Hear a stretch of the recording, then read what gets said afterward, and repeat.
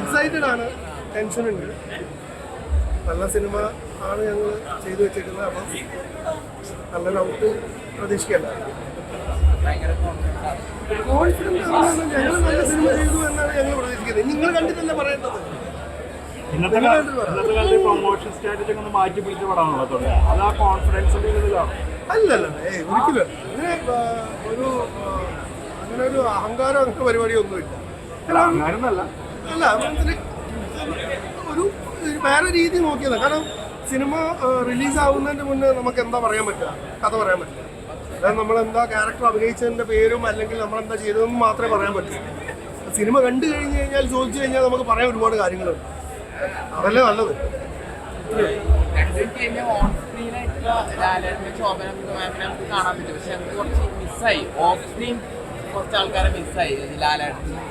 പടം റിലീസ് കഴിഞ്ഞാൽ വരുള്ളൂ, സിനിമ കഴിഞ്ഞാൽ വരുള്ളൂ.